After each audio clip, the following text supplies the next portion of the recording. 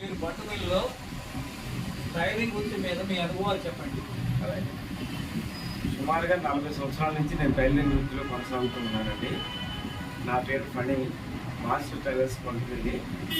అయితే మేము నేర్చుకున్న టైంలో టైలరింగ్ వృత్తి పట్ల చాలా ఆసక్తిగా ఉన్నాం, ఎంతోమంది నేర్చుకున్నాం. కానీ ఈ రోజున టైలరింగ్ అంటే భయపడిపోతున్నారు.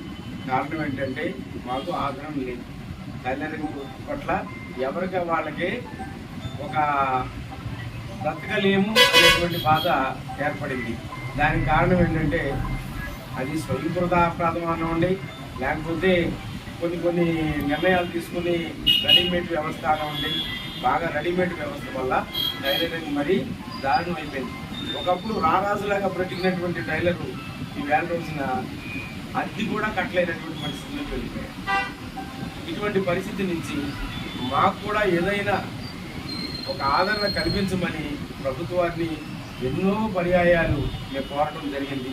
వినతి పత్రాలు కూడా ఇవ్వడం జరుగుతూ ఉన్నది. అయినప్పటికీ కూడా ఇంతవరకు మాకు ఎలాంటి ఆదరణ లేదు. కానీ ఇప్పటికైనా ప్రభుత్వం వారు గుర్తించి టైలర్ అంటే ఏదో దర్జీ మంచి అందంగా బట్టలు కుట్టుకుని అందంగా డెకరేషన్గా ఉంటున్నాడు కాబట్టి అతనికి ఏ లోటు లేదు అని అనుకోవడం చాలా పొరపాటు.